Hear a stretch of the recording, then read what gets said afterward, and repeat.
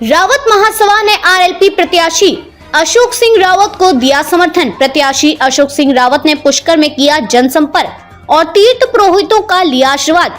RLP supremo Hanuman Beniwal व चंद्रशेखर आजाद की जनसभा कल पुष्कर रावत धर्मशाला में। आज रावत महासभा के प्रदेश अध्यक्ष डॉक्टर शैतान सिंह रावत व प्रदेश महामंत्री भवन सिंह रावत ने समस्त कार्यकारिणी की मौजूदगी में आरएलपी प्रत्याशी अशोक सिंह रावत को पूर्ण रूप से समर्थन दिया।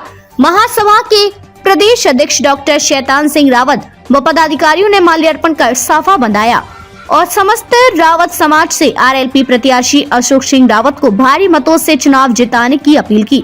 प्रदेश अध्यक्ष डॉक्टर शैतान सिंह ने प्रेस वार्ता में कहा कि सुरेश रावत को रावत समाज ने एकजुट होकर मंत्री व विधायक बनाया, लेकिन सुरेश रावत ने विधायक बनने के बाद रावत समाज का भला नहीं किया और समाज को डराया। समाज के लोगों के खिलाफ झूठे मुकदमे दर्ज कराए। इतना ही नहीं, समाज की छात्रावास बनाने की मांग और रावत मंदिर के पट्टे की मांग सहित एनईवीवी कोई भी मांग पूरी नहीं की, जिससे रावत समाज में विधायक रावत के खिलाफ असंतोष फैल गया। इसलिए रावत महासभा ने आरएलपी के प्रत्याशी अशोक रावत को पूर्ण समर्थन दिया है। इस मौके पर आरएलपी के प्रत्याशी अशोक सिंह रावत ने कहा कि रावत महासभा ने जो मुझ पर विश्वास कर समर्थन दिया है, महासभा के विश्वास पर खरा उतरूंगा। रावत समाज के उत्थान व प्रगति के लिए हमेशा खड़ा रहूंगा। इस मौके पर महंत शिवानंद गिरी जी महाराज व सरपंच महेंद्र सिंह कानस आदि मौजूद रहे। वहीं प्रत्याशी अशोक सिंह रावत ने आज पुष्कर के बाजारों में जनसंपर्क कर लोगों से मतदान की अपील की और पुष्कर ब्रह्मा घाट पर तीर्थ पुरोहितों का आशीर्वाद लिया। अजमेर में आरएलपी सुप्रीमो बेनीवाल आजाद की सभा कल आरएलपी सुप्रीमो हनुमान बेनीवाल और आजाद समाज पार्टी के चंद्रशेखर आजाद बुधवार को दोपहर 3 बजे अजमेर में कायड़ विश्राम स्थली पर जनसभा को संबोधित करेंगे।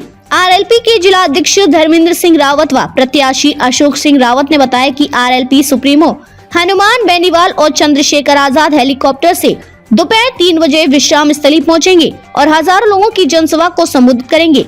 सभा को लेकर तैयारियां जारी हैं। बैठक कर सभी पदाधिकारियों को जिम्मेदारी सौंप दी गई है। कार्यकारिणी के मुख्य सदस्यों को यहाँ बुलाकर एक कार्यकारिणी की मीटिंग आयोजित करके हमने रावत महासभा की तरफ से, रावत समाज की तरफ से अशोक सिंह जी रावत को पूर्ण समर्थन दिया है कि जो राष्ट्रीय लोकतांत्रिक पार्टी के पुष्कर से उम्मीदवार हैं, इनको समर्थन व्यक्त किया है।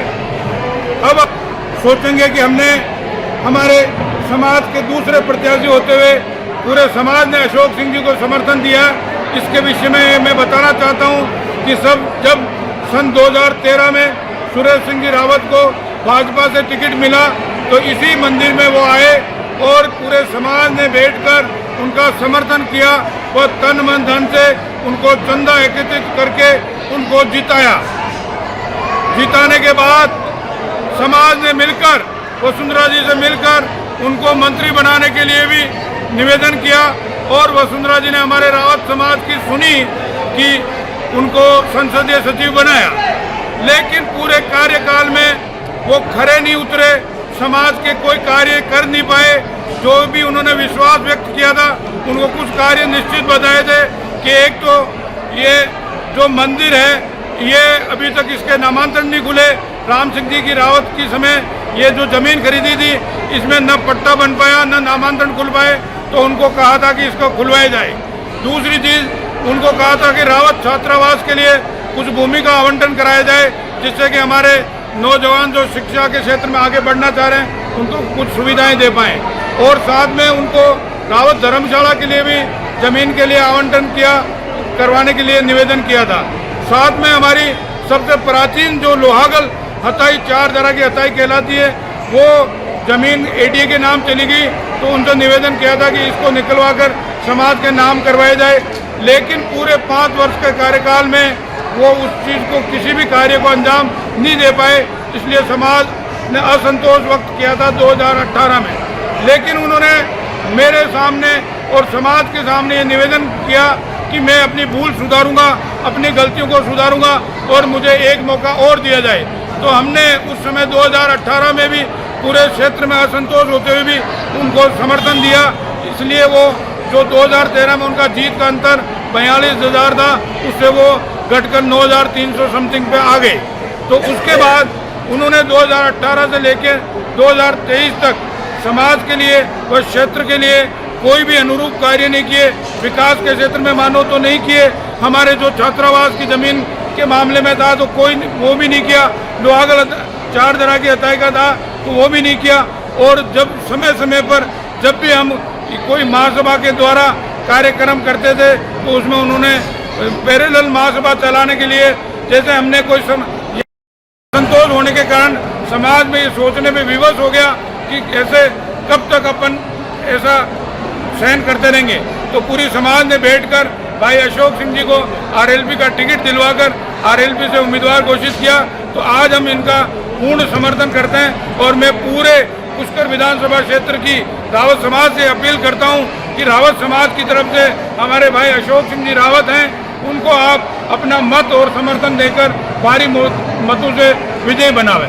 अब मैं थोड़ा उनके उस बिंदु पे प्रकाश डालना चाहता हूं कि उन्होंने जैसे यहाँ रावत समाज में प्रतिभावान सम्मान समारोह करवाया, उस समय हमारे कुछ युवाओं को दिग्भ्रमित करके यहाँ उपद्रव करने भेजा।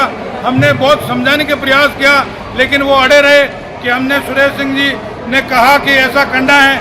उसके बाद हमारे 2 पक्षों में झगड़ा हुआ और एफआईआर दर्ज हुई।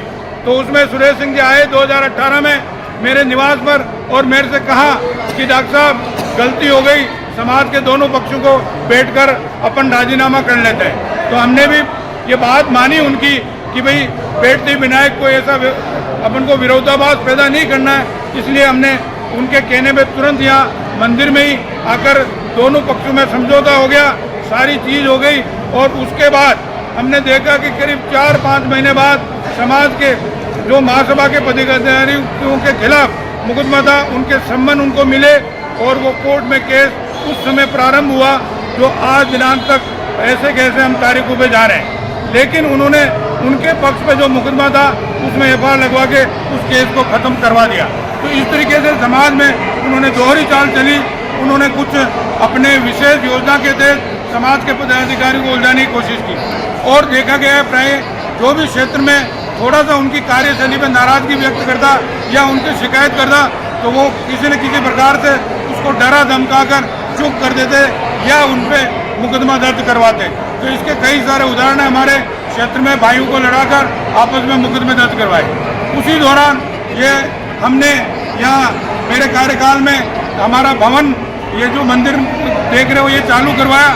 तो उन्होंने यहाँ जो नगर पालिका के चेयरमैन से मेरे को एक नोटिस भिजवाया और तुरंत कार्य बंद करवाने के लिए मेरे को पाबंद करवाया।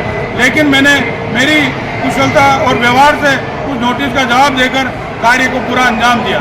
साथ ही मैंने उसी दौरान यहाँ एक रावत समाज के लिए जमीन आवंटन के लिए 5 बीघा के लिए फाइल लगवाई जो राजस्व विभाग के थ्रू तहसीलदार से होते हुए एसडीएम से होते हुए कलेक्टर साहब के पास गई तो उन्होंने उस फाइल को भी रुकवा दिया। जो मंदिर अपन यहाँ खड़े हैं उसके लिए पट्टे के लिए आवेदन किया तो वो पट्टे की फाइल भी आज दिनांक तक नगर पालिका ऑफिस में ही उन्होंने रुकवा रखी है। इस प्रकार सभी बिंदुओं को ध्यान में रखते हुए और साथ में जो लोहागल हताई पे मैंने बाउंड्री वाल करवाई, उन्होंने एडीए से भेज के उसको तुड़वाया और दूसरे दिन जब हम धरने पे बैठे समाज के लोग वो खुद स्वयं भी आकर हमारे साथ दिन भर धरने पे बैठे।